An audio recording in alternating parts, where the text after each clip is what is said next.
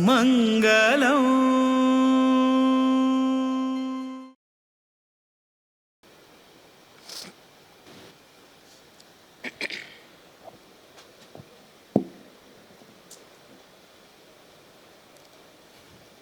ಮಂಗಲಂ ಭಗವಾನ್ ವಿಷ್ಣು, ಮಂಗಲಂ ಮಧುಸೂದನಃ, ಮಂಗಲಂ ದೇವಕೀ ಪುತ್ರಃ, ಮಂಗಲಂ ಗರುಡಧ್ವಜಃ. ಶ್ರೀರಾಮಂ ಹನುಮತ್ ಸೇವ್ಯಂ, ಶ್ರೀಕೃಷ್ಣಂ ಭೀಮ ಸೇವಿತಂ, ಶ್ರೀವ್ಯಾಸಂ ಶ್ರೀಮದಾನಂದ ತೀರ್ಥ ಸಂಸೇವಿತಂ ಭಜೆ. ಬ್ರಹ್ಮಾಂತಾಃ ಗುರವಃ ಸಾಕ್ಷಾತ್ ಇಷ್ಟಂ ದೈವಂ ಶ್ರಿಯಃಪತಿಃ. ಆಚಾರ್ಯಾಃ ಶ್ರೀಮದಾಚಾರ್ಯಾಃ ಸಂತು ಮೇ ಜನ್ಮ ಜನ್ಮನಿ. ಶ್ರೀ ಗುರುಭ್ಯೋ ನಮಃ. ಹರಿ ಓಂ.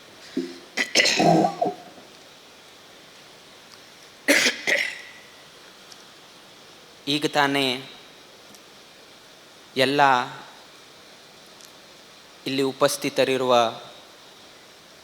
ಗಣ್ಯರು ತಮ್ಮ ತಮ್ಮ ನುಡಿಗಳನ್ನೆಲ್ಲ ಹೇಳಿದ್ದಾರೆ. ಇವತ್ತು ಎಲ್ಲರಿಗೂ ಏನಂದರೆ ಹೊಸ ವಾಸ್ತುವಿನ ಉದ್ಘಾಟನೆ ಆಗ್ತಾ ಇದೆ ಅಂತ. ಒಂದು ಒಳ್ಳೆಯ ಕಾರ್ಯ, ಶುಭ ಕಾರ್ಯ, ಗುರುಗಳ ಉಪಸ್ಥಿತಿಯಲ್ಲಿ ಭಟ್ಕಳದಲ್ಲಿ ಇಲ್ಲಿ ಈ ಶುಭ ಕಾರ್ಯಕ್ರಮ ನಡೀತಾ ಇದೆ ಅನ್ನೋ ಒಂದು ಸಂತೋಷ. ಒಂದು ಹೊಸ ಕಟ್ಟಡ ನಿರ್ಮಾಣ ಆಗಿದೆ, ಅದರ ಉದ್ಘಾಟನೆ ಆಗ್ತಾ ಇದೆ. ಮುಂದೆ ಆ ಉದ್ಘಾಟನೆ ಆದ ವಾಸ್ತುವಿನಲ್ಲಿ ಮುಂದೆ ಮಕ್ಕಳು ಅಲ್ಲಿ ಪಾಠವನ್ನು ಅಥವಾ ವಿದ್ಯೆಯನ್ನು ಸ್ವೀಕಾರವನ್ನು ಮಾಡ್ತಾರೆ. ಇದು ಒಂದೇ ಒಂದು ಒಳ್ಳೆಯ ಯೋಜನೆ ಅಂತ ಎಲ್ಲರಿಗೂ ಒಂದು ಭಾವನೆ. ನಮ್ಮ ಭಾವನೆ ಏನಂದರೆ, ಕೇವಲ ಇದು ವಾಸ್ತು ಅಲ್ಲ, ನಮ್ಮ ಗುರುಗಳ ಹೆಸರಿನಲ್ಲಿ ನಿರ್ಮಾಣವಾದ ವಾಸ್ತು, ಅದರ ಆ ವಾಸ್ತುವನ್ನು ಶಿಷ್ಯರು ಉದ್ಘಾಟನೆ ಮಾಡ್ತಾ ಇರೋ ಎನ್ನುವ ಒಂದು ಹೆಮ್ಮೆ ನಮ್ಗೆ ಅನ್ನಿಸ್ತಾ ಇದೆ. ಮತ್ತು ಇವತ್ತಿನ ನಕ್ಷತ್ರ ಹಸ್ತಾ ನಕ್ಷತ್ರ, ಗುರುಗಳ ಹೆಸರಿನಲ್ಲಿರುವ ವಾಸ್ತುವಿನ ಉದ್ಘಾಟನೆ ಶಿಷ್ಯರ ಹಸ್ತದಿಂದ ಆಗ್ತಾ ಇದೆ. ಆದ್ದರಿಂದ ಹಸ್ತಾ ನಕ್ಷತ್ರದಲ್ಲಿ ಇವತ್ತಿನ ಈ ಉದ್ಘಾಟನೆ ಕಾರ್ಯಕ್ರಮ ನಡೀತಾ ಇದೆ. ಅದಲ್ಲದೆ ವೃಷಭ ಲಗ್ನದ ಶುಭ ಮುಹೂರ್ತದಲ್ಲಿ ಈ ಕಾರ್ಯಕ್ರಮ ನಡೀತಾ ಇದೆ. ವಿಶೇಷವಾಗಿ ವೃಷಭ ಲಗ್ನದಲ್ಲಿಯೂ ಕೂಡ ಶುಕ್ರನಿದ್ದಾನೆ. ನಮ್ಮ ಜ್ಯೋತಿಷ್ಶಾಸ್ತ್ರದ ಪ್ರಕಾರ ಲಗ್ನದಲ್ಲಿ ಗುರು ಅಥವಾ ಶುಕ್ರರಿದ್ದರೆ, ಮತ್ತು ಆ ಲಗ್ನದಲ್ಲಿ ಶುಕ್ರನಿರುವಾಗ ಕಟ್ಟಡದ ಉದ್ಘಾಟನೆ ನಡೆದರೆ ಆ ಕಟ್ಟಡಕ್ಕೆ 200 ವರ್ಷ ಬಾಳ್ವಿಕೆ ಅಂತ ಹೇಳ್ತಾರೆ. ಈ ರೀತಿಯಾದ ಒಂದು ವಿಚಾರವನ್ನು ಜ್ಯೋತಿಷ್ಶಾಸ್ತ್ರದಲ್ಲಿ ಹೇಳಿದ್ದಾರೆ.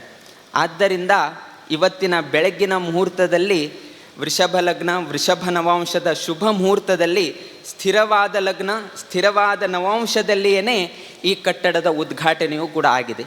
ಶಿಲಾನ್ಯಾಸವೂ ಕೂಡ ಸ್ಥಿರವಾದ ಲಗ್ನದಲ್ಲೇ ಆಗಿತ್ತು. ಉದ್ಘಾಟನೆ ಕಾರ್ಯವೂ ಕೂಡ ಸ್ಥಿರವಾದ ಲಗ್ನದಲ್ಲೇ ಆಗ್ತಾ ಇದೆ. ಇದೇ ಒಂದು ದೊಡ್ಡ ಹೆಮ್ಮೆ ಅಂತ ನಾವು ಭಾವಿಸ್ತೇವೆ. ಈಗ ತಾನೇ ಕೆಲವೊಂದು ವಿಚಾರಗಳನ್ನೆಲ್ಲ ಕೇಳುವಾಗ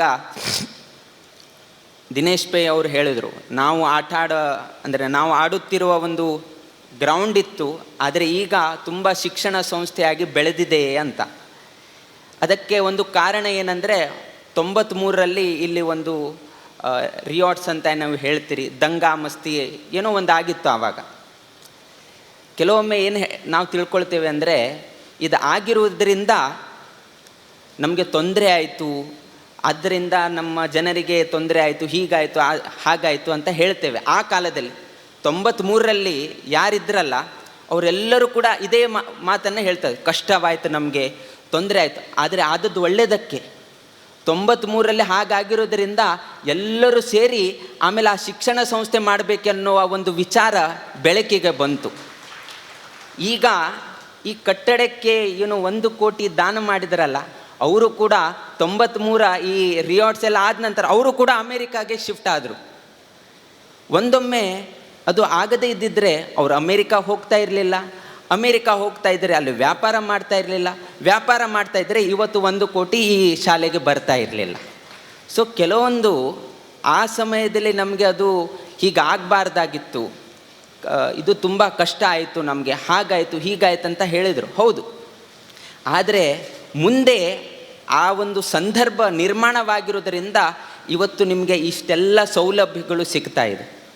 ಇಲ್ಲಾಂದರೆ ಆ ವಿಚಾರಗಳು ಹೊಳಿತಾ ಇರಲಿಲ್ಲ, ಯಾರೂ ಕೂಡ ದಾನ ಮಾಡ್ತಾ ಇರಲಿಲ್ಲ. ಹೀಗೆಲ್ಲ ಆಗಿರೋದರಿಂದ ಇವತ್ತು ನಮಗೆ ಈ ರೀತಿಯಾದ ಒಂದು ವ್ಯವಸ್ಥೆ ನಿಮಗೆ ಕಲ್ಪನೆ ಮಾಡಲಿಕ್ಕೆ ಅವಕಾಶ ಸಿಕ್ಕಿದೆ. ಈಗಲೂ ಕೂಡ ಕೋವಿಡ್ ಆಗಿರೋದರಿಂದ ಅನೇಕ ಜನರಿಗೆ ಅನೇಕ ರೀತಿಯಾದ ವಿಚಾರಗಳು ಬೆಳಕಿಗೆ ಬಂತು.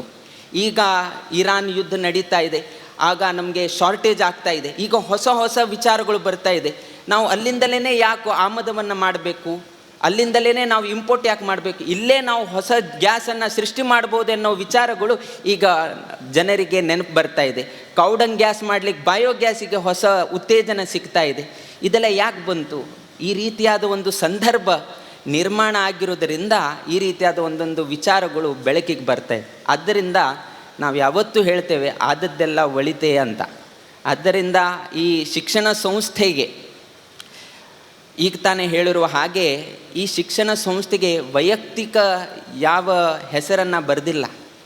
ಈಗ ತಾನೇ ಹೇಳಿದರು, ಸುರೇಂದ್ರ ನಾಯಕ್ ಅವರ ಕುಟುಂಬದವರು ತುಂಬ ಆವಾಗ ಮುತುವರ್ಜಿ ವಹಿಸಿ ಅಥವಾ ಆ ಸಂದರ್ಭದಲ್ಲಿ ಅಧ್ಯಕ್ಷವನ್ನು ವಹಿಸಿ ಅನೇಕ ದಾನಗಳನ್ನೆಲ್ಲ ಮಾಡಿ ಈ ಶಿಕ್ಷಣ ಸಂಸ್ಥೆಯನ್ನು ಬೆಳೆಸಲಿಕ್ಕೆ ತುಂಬ ಅವರು ಪರಿಶ್ರಮ ಪಟ್ಟಿದ್ದಾರೆ ಅಂತ ಹೇಳಿದ್ದಾರೆ. ಆದರೆ ಪರಿಶ್ರಮ ಪಟ್ಟಿದ್ದಾರೆ ಹೊರತು ಆ ಪರಿಶ್ರಮಕ್ಕೆ ತಮ್ಮ ಹೆಸರನ್ನು ಇಟ್ಟಿಲ್ಲ. ನಾಯಕ್ ಎಜುಕೇಷನ್ ಟ್ರಸ್ಟ್ ಅಂತ ಇಟ್ಟಿಲ್ಲ, ನಮ್ಮ ಊರಿನ ಭಟ್ಕಳ ಎಜುಕೇಷನ್ ಟ್ರಸ್ಟ್ ಅಂತ ಹೆಸರಿಟ್ಟಿದ್ದಾರೆ.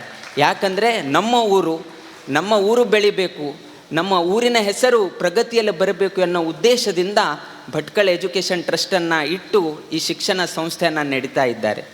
ಈಗ 90 ವರ್ಷ ಪರಿಪೂರ್ಣಗೊಂಡಿದೆ. ಮುಂದಿನ ದಿನಗಳಲ್ಲಿ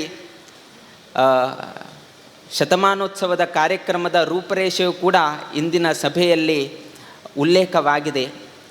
ನಮ್ಮ ಮರಾಠಿಯಲ್ಲಿ ಒಂದು ಮಾತು ಇದೆ, ಇವಳೇಸೆ ರೋಪ ಲಾವಿಲೆ ವರಿ ತಯಾಚಾ ವೇಲು ಗೆಲ ಗಗನಾವರಿ ಅಂತ. ಚಿಕ್ಕದಾದ ಒಂದು ಸಸಿ, ಅದನ್ನು 90-92 ವರ್ಷಗಳ ಪೂರ್ವದಲ್ಲಿ ಕೇವಲ ಚಿಕ್ಕದಾಗಿ ಸಸಿಯನ್ನು ನೆಡೆಸಿದ್ರು. ಆದರೆ ಇವತ್ತು ಅದೇ ಸಸಿ ಈಗ ಹೆಮ್ಮರವಾಗಿ ಬೆಳೆದಿದೆ. ಅದೇ ಭಟ್ಕಳ ಎಜುಕೇಷನ್ ಟ್ರಸ್ಟ್. ಚಿಕ್ಕದಾಗಿತ್ತು, ಕೇವಲ ಕನ್ನಡ ಮಾಧ್ಯಮ ಶಾಲೆ ಇತ್ತು, ಇಂಗ್ಲೀಷ್ ಮಾಧ್ಯಮ ಶಾಲೆ ಆಯಿತು, PUC ಕಾಲೇಜ್ ಆಯಿತು. ಈಗ ಅದರ ಮೇಲೆ ಈಗ CBSE ಕೂಡ ಇಲ್ಲಿ ತರಬೇಕಂತ ವಿಚಾರಗಳು ಬರ್ತಾ ಇದೆ. ಒಂದೇ ಒಂದು ಶಿಕ್ಷಣ ನಿಮಿತ್ತ ಅನೇಕ ಮಕ್ಕಳಿಗೆ ಅನೇಕ ಸ್ಥಾನಗಳಲ್ಲಿ ಈಗ ನೆಲೆ ನಿಂತಿದ್ದಾರೆ.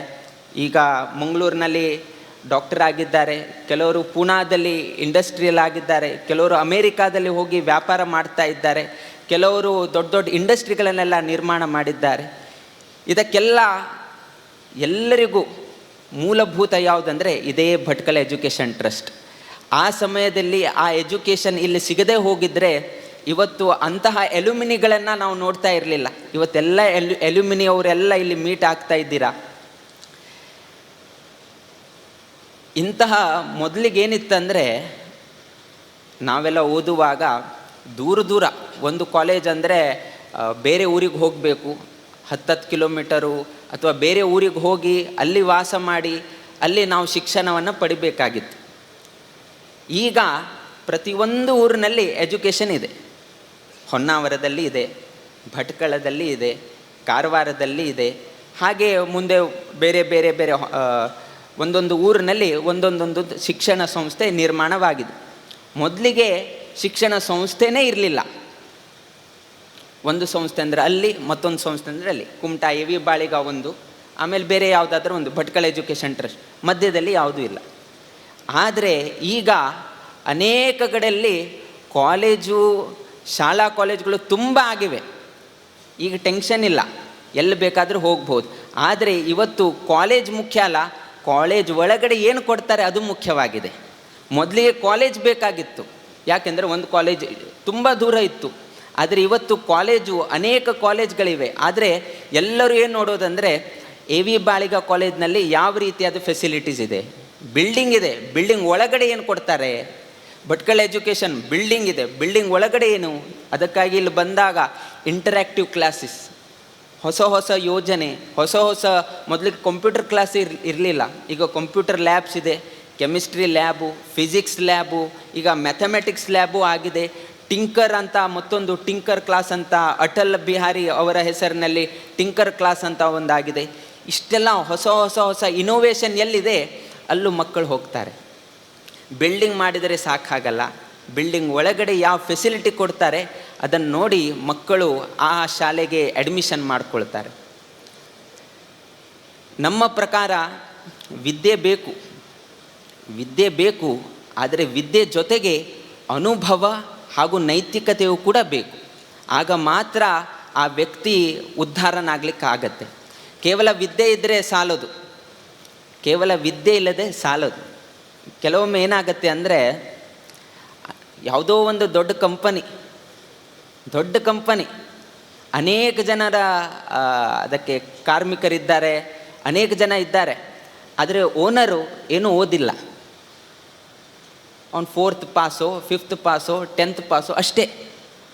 ವಿದ್ಯೆ ಇಲ್ಲವಾ ಹಾಗಾದರೆ ಅವನಿಗೆ? ಏನು PUC ಪಾಸ್ ಆಗಿಲ್ಲ, ಯಾವುದು ಸರ್ಟಿಫಿಕೇಟ್ ಇಲ್ಲ, ಡಿಗ್ರಿ ಇಲ್ಲ, ಆದರೆ ಅನುಭವ ಇದೆ. ಜನರಿತ್ರ ಹೋಗಿ ಯಾವ ರೀತಿ ಅದು ಅನುಭವ ಇದೆ, ಈ ಒಂದು ಉದ್ಯೋಗ ಆರಂಭ ಮಾಡಿದರೆ ಹೇಗೆ ನಾವು ಮುಂದುವರಿಸ್ಬೋದು, ಈ ಅನುಭವ ಜ್ಞಾನದಿಂದ ಅವನು ಬೆಳೆದಿದ್ದಾನೆ. ಕೆಲವೊಂದು ಕಡೆ ಅನೇಕ ರೀತಿಯಾದ ಶಿಕ್ಷಣ ಕೇವಲ ಶಾಲೆಯಿಂದ ಮಾತ್ರ ಅಲ್ಲ, ಕೆಲವೊಂದು ಅನುಭವದಿಂದ ಸಿಗತ್ತೆ. ಕೆಲವರು ದೊಡ್ಡವರಿಂದ, ನಮಗೆ ಹಿರಿಯರಿಂದ ನಮಗೆ ಅನುಭವ ಸಿಗುತ್ತೆ. ಕೆಲವೊಂದು ಮುಂದೆ ಅನೇಕ ಜನರಿಂದ ನಮಗೆ ಆ ಜ್ಞಾನ ಸಿಕ್ಕಿದ್ರಿಂದ ನಾವು ನಮ್ಮ ಉದ್ಯೋಗವನ್ನು ನಾವು ಆರಂಭ ಮಾಡ್ತೇವೆ. ಅಂದ ಮಾತ್ರಕ್ಕೆ ನಾವು ಕಾಲೇಜ್ನಲ್ಲಿ ಓದಿಲ್ಲ ಅಂತ ಮಾತ್ರಕ್ಕೆ ಅವನು ಮೇಲುಗಡೆ ಬರಲ್ಲ ಅಂತ ಅಲ್ಲ. ಅನೇಕ ರೀತಿಯಾದ ಒಂದು ಸಂದರ್ಭದಿಂದ ಮನುಷ್ಯನು ಮೇಲೆತ್ತರಕ್ಕೆ ಹೋಗ್ಬೋದು. ವಿದ್ಯೆ ಒಂದು ಕಾರಣ. ಆ ವಿದ್ಯೆಯಲ್ಲಿ ಏನಂದರೆ, ವಿದ್ಯಾ ವಿನಯೇನ ಶೋಭತೆ ಅಂತ ಹೇಳಿದ್ದಾರೆ. ವಿದ್ಯೆ ಎಷ್ಟು ಇರ್ಬೋದು, ಆದರೆ ವಿದ್ಯೆ ಜೊತೆಗೆ ವಿನಯತೆಯೂ ಕೂಡ ಇರಬೇಕು. ಆಗ ಮಾತ್ರ ಆ ವಿದ್ಯೆಗೆ ಗೌರವ, ಆ ವ್ಯಕ್ತಿಗೆ ಗೌರವ. ಕೆಲವೊಮ್ಮೆ ಏನಾಗುತ್ತೆ ಅಂದರೆ, ತುಂಬ ವಿದ್ಯೆ ಇದ್ದರೂ ಕೂಡ ನಾವು ಹೇಳ್ತೇವೆ ಅವನಿಗೆ ಅಹಂಕಾರ ಬಂದಿದೆ, ಅಂಥವ್ರ ಜೊತೆ ಮಾತಾಡಿ ಏನು ಪ್ರಯೋಜನ ಇಲ್ಲ ಅಂತ ನಾವು ಇಗ್ನೋರ್ ಮಾಡ್ತೇವೆ. ಯಾಕೆಂದರೆ ತುಂಬ ವಿದ್ಯೆ ಇದೆ, ಕಾಲು ನೆಲಕ್ಕೇ ಇಲ್ಲ, ಅಂಥವ್ರ ಜೊತೆಗೆ ಯಾಕೆ ಮಾತಾಡಬೇಕು ಎನ್ನೋ ಸಂದರ್ಭ ಬರುತ್ತೆ. ಆದ್ದರಿಂದ ವಿದ್ಯೆ ಹೆಚ್ಚಾದರೂ ಕೂಡ ಕಷ್ಟ, ವಿದ್ಯೆ ಕಡಿಮೆ ಇದ್ರೂ ಕಷ್ಟ. ಅದಕ್ಕಾಗಿ ಶರೀರಕ್ಕೆ ಅಥವಾ ನಮ್ಮ ಜೀವನಕ್ಕೆ ಎಷ್ಟು ವಿದ್ಯೆ ಬೇಕು ಅದೇ ಬೇಕೇ ಬೇಕು. ಆದರೆ ಅದ್ರ ಜೊತೆಗೆ ಕೆಲವೊಂದು ಅನುಭವಗಳ ಸ್ಕಿಲ್ಸ್ ಅಂತ ಹೇಳ್ತೇವೆ. ಆ ಸ್ಕಿಲ್ ಸೆಟ್ ಇಲ್ಲದೇ ಇದ್ದರೆ ಕೆಲವೊಮ್ಮೆ ಏನಾಗತ್ತೆ ಅಂದರೆ, ನಮ್ಮಲ್ಲಿ ಹೇಳ್ತಾರೆ, ಯಾರಿಗೆ ಚೆನ್ನಾಗಿ ಹೇಳಲಿಕ್ಕೆ ಬರುತ್ತೆ ಅವ್ನು ಮಾಡ್ಲಿಕ್ಕೆ ಬರಲ್ಲ, ಯಾರಿಗೆ ಚೆನ್ನಾಗಿ ಮಾಡ್ಲಿಕ್ಕೆ ಬರುತ್ತೆ ಅವ್ನಿಗೆ ಹೇಳಲಿಕ್ಕೆ ಬರಲ್ಲ. ಇದಕ್ಕೆ ಉದಾಹರಣೆ, ಒಬ್ಬ ಪಾಕಶಾಲೆ ಇರುವ ಅಡುಗೆ ಭಟ್ಟ, ಅವನಿಗೆ ಅಡುಗೆ ಮಾಡ್ಲಿಕ್ಕೆ ಬರುತ್ತೆ, ಆದರೆ ಹೇಗೆ ಮಾಡಬೇಕು ಅಂತ ಹೇಳು ಅಂದರೆ ಹೇಳಲಿಕ್ಕೆ ಬರಲ್ಲ. ಅದು ನಾನು ಹಾಗೆ ಮಾಡ್ತೇನೆ, ನೀರು ಹಾಕಬೇಕು, ಇದು ಹಾಕಬೇಕು ಆದರೆ ಎಷ್ಟು ಹಾಕಬೇಕು, ಪ್ರಮಾಣ ಎಷ್ಟು ಅದು ಗೊತ್ತಿಲ್ಲ, ಅವ್ನ ಕೈ ಚಳಕ. ಮಾಡ್ಲಿಕ್ಕೆ ಬರುತ್ತೆ ಆದರೆ ಹೇಳಲಿಕ್ಕೆ ಬರಲ್ಲ, ಎಷ್ಟು ಗ್ರಾಮ್ ಬೇಕು, ಇಷ್ಟು ಬೇಕಾ ಇಷ್ಟು. ಮತ್ತೊಬ್ಬನಿಗೆ ಚೆನ್ನಾಗಿ ಹೇಳಲಿಕ್ಕೆ ಬರುತ್ತೆ, ಇದು ಇಷ್ಟು ಇರಬೇಕು, ಇಷ್ಟು ಹಾಕಬೇಕು, ಹೀಗೆ ಮಾಡಬೇಕು, 1 ಕಪ್ಪಿಗೆ ಇಷ್ಟು ಆಗಬೇಕು. ಮಾಡು ಅಂದರೆ ಮಾಡ್ಲಿಕ್ಕೆ ಬರಲ್ಲ. ಸೊ ಏನು ವ್ಯತ್ಯಾಸ ಆಯಿತು? ಮಾಡ್ಲಿಕ್ಕೆ ಬರುತ್ತೆ, ಹೇಳಲಿಕ್ಕೆ ಬರಲ್ಲ, ಹೇಳಲಿಕ್ಕೆ ಬರುತ್ತೆ, ಮಾಡ್ಲಿಕ್ಕೆ ಬರಲ್ಲ. Skill sets. ಕೇವಲ ಜ್ಞಾನ ಇದ್ದರೆ ಮಾತ್ರ ಸಾಲದು, ಅವನಲ್ಲಿ ಆ ಸ್ಕಿಲ್ ಸೆಟ್ ಇದ್ದರೆ ಮಾತ್ರ ಮೇಲೆ ಬರಲಿಕ್ಕೆ ಸಾಧ್ಯ. ಅದಕ್ಕೆ ಒಂದು ಉದಾಹರಣೆ ಯಾವುದಂದರೆ, 2 ಉದಾಹರಣೆ ಹೇಳ್ಬೋದು. ಡಾಕ್ಟರ್ ಇದ್ದಾರೆ ಇಲ್ಲಿ. ಒಬ್ಬ ವ್ಯಕ್ತಿ, ಅವನಿಗೆ ಹೊಟ್ಟೆನೋವು, ಪ್ರತಿನಿತ್ಯ ಹೊಟ್ಟೆನೋವು. ಅದಕ್ಕಾಗಿ ಡಾಕ್ಟ್ರ್ ಹತ್ರ ಹೋಗಿ ಕೇಳಿದಾಗ ಡಾಕ್ಟರ್ ಏನು ಹೇಳಿದ್ರು ಅಂದರೆ, ಏನಿಲ್ಲ, ಒಂದು ಸ್ಕ್ಯಾನ್ ಮಾಡ್ಕೊಂಬಾ ಅಂತ ಹೇಳಿದರು. ಸ್ಕ್ಯಾನ್ ಮಾಡ್ಕೊಂಬಂದ. ಸ್ಕ್ಯಾನ್ ಮಾಡಿ ನೋಡಿದರೆ ರಿಪೋರ್ಟ್ ನಾರ್ಮಲ್. ಈ ಸ್ಕ್ಯಾನ್ ಬೇಡ, ಮತ್ತೊಂದು ಸ್ಕ್ಯಾನ್ ಮಾಡು ಅಂದರೆ ಮತ್ತೇನಾದರೂ ವಿಶೇಷ ಇದರಿಂದ ಏನಾದರೂ ಪತ್ತೆ ಹಚ್ಬೋದಾ ಅಂತ ಮತ್ತೊಂದು ಸ್ಕ್ಯಾನ್ ಮಾಡ್ಕೊಂಬಂದ. ಮತ್ತೊಂದು ಸ್ಕ್ಯಾನ್ ಮಾಡಿದರೂ ಕೂಡ ರಿಪೋರ್ಟ್ ನಾರ್ಮಲ್. ಹಾಗಾದರೆ ಏನಾದರೂ ಒಂದು ಆ್ಯಂಟಿಬಯೋಟಿಕ್ ಏನಾದರೂ ಕೊಟ್ಟು ಪರಿಹಾರ ಮಾಡೋಣ ಅಂತ ಹೇಳಿದರೆ ಆ್ಯಂಟಿಬಯೋಟಿಕ್ ಕೊಟ್ಟರು, ಎಲ್ಲ ಆಯಿತು, ಆದರೆ ಹೊಟ್ಟೆ ನೋವು ಮಾತ್ರ ಕಡಿಮೆ ಆಗ್ತಾಯಿಲ್ಲ. ಆಮೇಲೆ ಅನೇಕ ಡಾಕ್ಟರ್ ಹತ್ರ ಹೋಗಿ ಹೋಗಿ ಹೋಗಿ ಎಲ್ಲರ ಹತ್ರ ಸೇಮ್ ರಿಪೋರ್ಟ್ ನಾರ್ಮಲ್. ಕೊನೆಗೆ ಇಷ್ಟೆಲ್ಲ ಇದು ಮಾಡಿ ಅಲ್ಲಿ ಖರ್ಚು ಮಾಡಿ ಅಲ್ಲಿ ಇಲ್ಲಿ ಖರ್ಚು ಮಾಡಿ ಎಲ್ಲ ಆಯಿತು. ಕೊನೆಗೆ ಅವ್ನಿಗೆ ಗೊತ್ತಾಯ್ತು, ಎಲ್ಲ ಡಾಕ್ಟರ್ ಹತ್ರ ಹೋಗಾಯಿತು. ಈಗ ನಮ್ಮದೇ ಊರಿನಲ್ಲಿ ನಾಟಿ ಔಷಧವನ್ನು ಕೊಟ್ಟವರು ಅನೇಕ ಜನ ಇರ್ತಾರೆ, ನಾಟಿ ಔಷಧ ಕೊಡ್ತಾರೆ. ಅವ್ರ ಹತ್ರ ಹೋಗಿ ನನಗೆ ಪ್ರತಿನಿತ್ಯ ಹೊಟ್ಟೆ ನೋವು, ಏನು ಮಾಡಬೇಕು, ಸ್ಕ್ಯಾನ್ ಮಾಡಿದ್ದೇನೆ, ಆ್ಯಂಟಿಬಯೋಟಿಕ್ ತೊಗೊಂಡಿದ್ದೇನೆ, ಎಲ್ಲ ಹೇಳಿದ. ಕೊನೆಗೆ ಆ ನಾಟಿ ಔಷಧ ಕೊಡುವ ವ್ಯಕ್ತಿಗೆ ಏನು ಕೇಳಿದ್ರೆ ಅಂದರೆ ಪ್ರಶ್ನೆ ಕೇಳಿದ. ಏನು ಪ್ರಶ್ನೆ ಅಂದರೆ, ನಿನ್ನ ಜನ್ಮವೆಲ್ಲೇ ಆಯಿತು ಅಂತ, ನಿನ್ನ ಹುಟ್ಟು ಎಲ್ಲೇ ಆಯಿತು ಅಂತ. ಸಾಮಾನ್ಯತಃ ಎಲ್ಲರೂ ಹುಟ್ಟು ಹಾಸ್ಪಿಟಲ್ನಲ್ಲಿ ಎಕ್ಸೆಟ್ರಾ ಆಗುತ್ತೆ. ಆದರೆ ಇವನ ಜನ್ಮ ಆದದ್ದು ಮನೆಯಲ್ಲೇ ಜನ್ಮ ತಾಳಿರುವುದರಿಂದ ಆ ಹೊಕ್ಕರಳು ಕಟ್ ಮಾಡುವಾಗ ಅದನ್ನು ಸ್ಟೆರಿಲೈಸ್ ಮಾಡದೆ ಹಾಗೆಯೇ ಕಟ್ ಮಾಡಿದರು. ಸ್ಟೆರಿಲೈಸೇಷನ್ ಆಗಿಲ್ಲ. ಹಾಸ್ಪಿಟಲ್ನಲ್ಲಿ ಸ್ಟೆರಿಲೈಸೇಷನ್ ಆಗತ್ತೆ, ಮನೆಯಲ್ಲಿ ಹಾಗೇ ಯಾವುದೋ ಒಂದು ಕತ್ತರಿ ಇತ್ತು, ಹಾಗೆಯೇ ಕಟ್ಟಾಯಿತು. ಆ ಇನ್ಫೆಕ್ಷನ್, ಹೊಕ್ಕರಿನಲ್ಲಿರುವ ಆ ಇನ್ಫೆಕ್ಷನು ಟ್ರೇಸ್ ಮಾಡಲಿಕ್ಕಾಗಲ್ಲ. ಆದರೆ ಆ ನಾಟಿ ಔಷಧ ಮಾಡುವ ವ್ಯಕ್ತಿ ಸ್ಕ್ಯಾನ್ ಮಾಡದೆ ಕೂಡ ಅದನ್ನು ಪತ್ತೆ ಹಚ್ಚಿ ಅದಕ್ಕಾಗೇ ಔಷಧವನ್ನು ಕೊಟ್ಬಿಟ್ಟ. ಹಾಗಾದರೆ ಏನು ವ್ಯತ್ಯಾಸ? ಅವನೇ ಹೆಚ್ಚು ಓದಿದ್ದಾನ, ಅನುಭವ. ಡಯಾಗ್ನೋಸ್ ಮಾಡುವಾಗಲೂ ಕೂಡ ಅನೇಕ ರೀತಿಯಾದ ಅನುಭವ ತಗೊಂಡು ನಾವು ಔಷಧವನ್ನು ಕೊಡಬೇಕಾಗತ್ತೆ. ಇಲ್ಲಾಂದರೆ ಡಯಾಗ್ನೋಸ್ ಚೆನ್ನಾಗಿ ಪತ್ತೆ ಆಗದೇ ಇದ್ದರೆ ಯಾವ ರೀತಿಯಾದ ಔಷಧ ಕೊಟ್ಟರೂ ಕೂಡ ಅದು ಕ್ಲಿಯರ್ ಮಾಡಲಿಕ್ಕಾಗಲ್ಲ. ಅಂದರೆ ಇದೇ ಸ್ಕಿಲ್ ಸೆಟ್. ನಾವು ಎಷ್ಟು PhD ಆಗಿರ್ತೇವೆ, ನಾವು ಎಷ್ಟು ಡಿಗ್ರಿ ತೊಗೊಳ್ತೇವೆ, ಅದು ಮಹತ್ವವಲ್ಲ. ಡಯಾಗ್ನೋಸ್ ಮಾಡುವ ಬುದ್ಧಿ ಹೇಗಿದೆ, ಕ್ವಶನ್ ಏನು ಕೇಳಿದ್ ನೋಡ್ರಿ, ಯಾವಾಗ ಹುಟ್ಟಿದ್ದು ನೀನು, ಎಲ್ಲಿ ಹುಟ್ಟಿದ್ದು ನೀನು, ಅದನ್ನು ಕೇಳಿದ ಕ್ವಶನ್. ಸೊ ಈ ರೀತಿಯಾದ ಒಂದು ವಿಚಾರಧಾರೆ ಇದ್ದರೆ ಮಾತ್ರ ಆವಾಗ ಮನುಷ್ಯ ಬೆಳಬಹುದು. ಎರಡನೇದು, ಒಂದು ದೊಡ್ಡ ಹಡಗು ಬಂದರಿನಲ್ಲಿ ಬಂದು ನಿಂತಿದೆ. ಆಗ ಬಂದ ನಂತರ ರಿಪೇರಿ ಮಾಡಬೇಕು.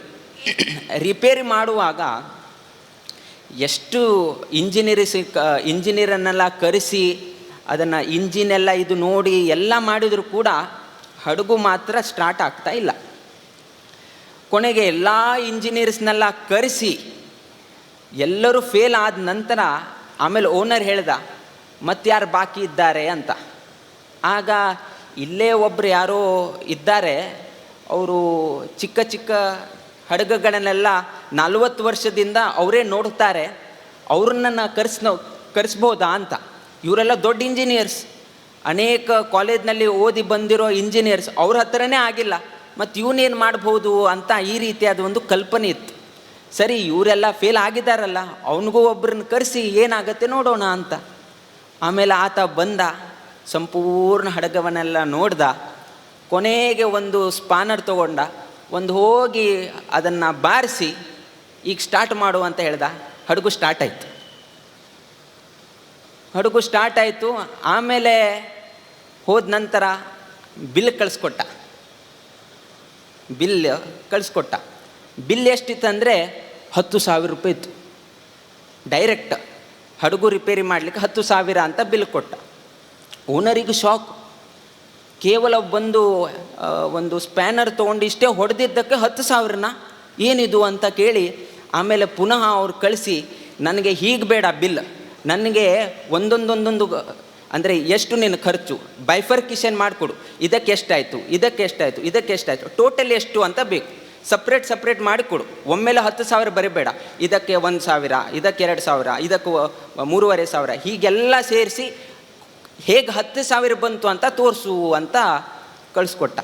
ಆಮೇಲೆ ಅವನು ಹೇಳ್ತಾನೆ, ವಾಪಸ್ ಬಿಲ್ ಕಳಿಸ್ಕೊಡ್ತಾನೆ. ಆ ಬಿಲ್ನಲ್ಲಿ ಏನಿತ್ತಂದರೆ,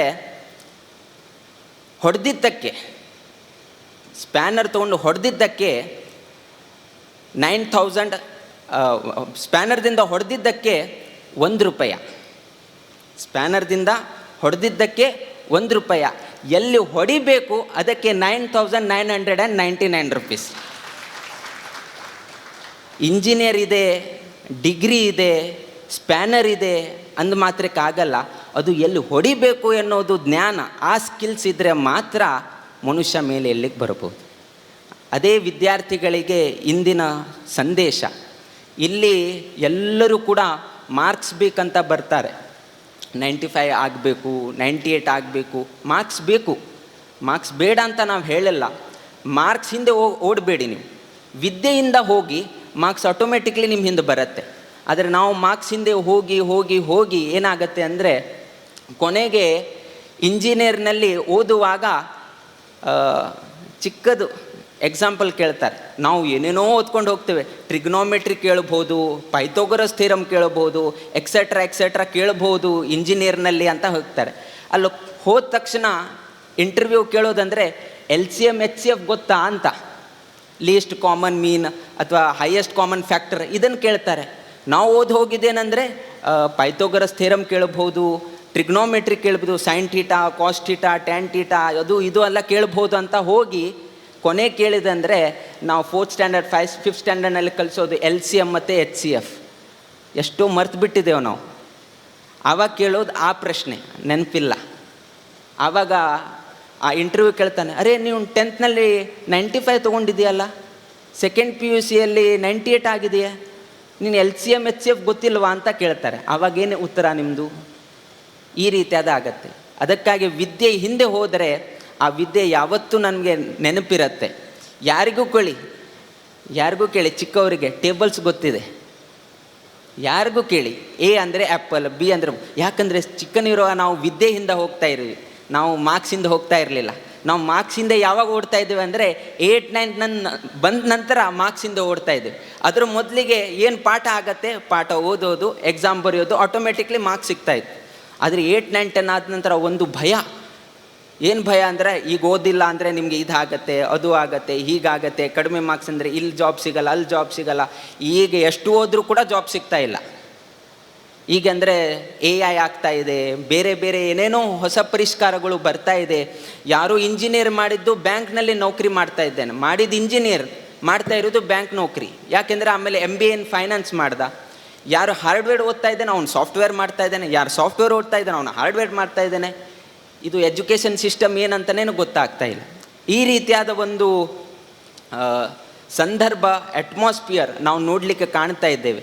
ಆದರೆ ಮುಂದಿನ ದಿನಗಳಲ್ಲಿ ಈ ನ್ಯಾಷನಲ್ ಎಜುಕೇಷನ್ ಪಾಲಿಸಿ ಬಂದ ನಂತರ ಪ್ರಾಕ್ಟಿಕಲ್ ಎಕ್ಸ್ಪೋಜರ್ ಮಕ್ಕಳಿಗೂ ಕೂಡ ಸಿಗುವಂತೆ ಆಗಬೇಕು ಅನ್ನೋದು ನಮ್ಮ ಇಚ್ಛೆ. ಮುಂದಿನ ದಿನಗಳಲ್ಲಿ ಆ ವ್ಯವಸ್ಥೆ ಈ ಸಂಸ್ಥೆಯಲ್ಲೇ ಆಗಿ ಇನ್ನೂ ಆ ಭಟ್ಕಳ ಎಜುಕೇಷನ್ ಟ್ರಸ್ಟಿನ ಉತ್ಕರ್ಷ ಇನ್ನೂ ಹೆಚ್ಚಾಗತ್ತೆ ಅಂತ ನಾವು ಈ ಸಂದರ್ಭದಲ್ಲಿ ಆಶೀರ್ವಾದವನ್ನು ಮಾಡುತ್ತೇವೆ. ಇಂದಿನ ದಿನ ಗುರುಗಳ ಹೆಸರಿನಲ್ಲಿ ಈ ಒಂದು ವಾಸ್ತುವಿನ ಉದ್ಘಾಟನೆ ನಮ್ಮ ಉಪಸ್ಥಿತಿಯಲ್ಲಿ ಆದದ್ದು ಅತ್ಯಂತ ಸಂತೋಷದ ವಿಷಯ. ಮುಂದಿನ ದಿನಗಳಲ್ಲಿ ಇನ್ನೂ ಈ ಶಿಕ್ಷಣ ಸಂಸ್ಥೆಯ ಉತ್ಕರ್ಷ ಅಭಿವೃದ್ಧಿ ಆಗಬೇಕು. ಈ ಶಿಕ್ಷಣ ಸಂಸ್ಥೆಯನ್ನು ನಡೆಸ್ತಾ ಇರುವ ಎಲ್ಲ ಇಲ್ಲಿಯ ಟ್ರಸ್ಟಿಗಳಿಗೂ ಕೂಡ ಉತ್ತಮ ಸ್ಥಾನಮಾನ, ಗೌರವ, ಉತ್ತಮ ಧೈರ್ಯ, ಮಾರ್ಗದರ್ಶನ ಭಗವಂತನು ದಯಪಾಲಿಸಬೇಕು. ಹಾಗೂ ಇಲ್ಲಿಯ ಶಿಕ್ಷಕರಿದ್ದಾರೆ, ಪಾಲಕರಿದ್ದಾರೆ, ವಿದ್ಯಾರ್ಥಿಗಳಿದ್ದಾರೆ. ಅವರ ಭವಿಷ್ಯದ ಜೀವನದಲ್ಲಿ ಇನ್ನೂ ಉತ್ಕರ್ಷ ಅವರ ಜೀವನದಲ್ಲಿ ಸಿಗಬೇಕು ಎಂದು ನಾವು ರಾಮದೇವ್ ವೀರ ವಿಠ್ಠಲ ಚರಣಾರವಿಂದಗಳಲ್ಲಿ ಪ್ರಾರ್ಥಿಸುತ್ತಾ ನಮ್ಮ 2 ಶಬ್ದಗಳಿಂದ ನಾವು ಮಂಗಲವನ್ನು ಹಾಡುತ್ತೇವೆ. ಶ್ರೀಕೃಷ್ಣಾರ್ಪಣಮಸ್ತು.